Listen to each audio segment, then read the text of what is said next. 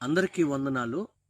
1999 జనవరి 22వ తారీఖున జరిగినటువంటి ఆ సంఘటన క్రైస్తవ యావత్తు కూడా ఇప్పటికీ నిజముగా చాలా బాధపడాల్సినటువంటి విషయమే.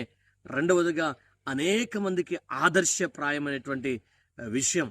ఎందుకొరకనంటే ఒడిశాలో గిరిజనుల మధ్య పరిచర్య చేసి అనేక మందిని చెడు మార్గం నుండి మంచి మార్గంలోనికి నడిపించినటువంటి గ్రహం స్టెయిన్స్ గారిని మనం జ్ఞాపకం చేసుకోవడం ఎంతో ఆశీర్వాదకరం.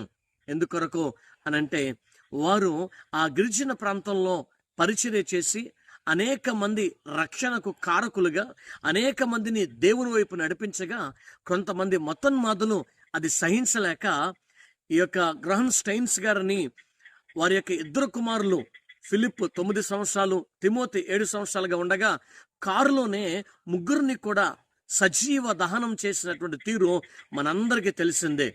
ఆ సంఘటన జరిగినప్పుడు గ్లాడిస్ అయినటువంటి వారి యొక్క సతీమణి ఎవరైతే అలా తగలబెట్టి ఉన్నారో వారందరిని క్షమించడం, క్రీస్తు యొక్క క్షమాగుణాన్ని వారి కుటుంబం ద్వారా మరొక్కసారి చూపించినటువంటి తీరు మనం గమనించిందే.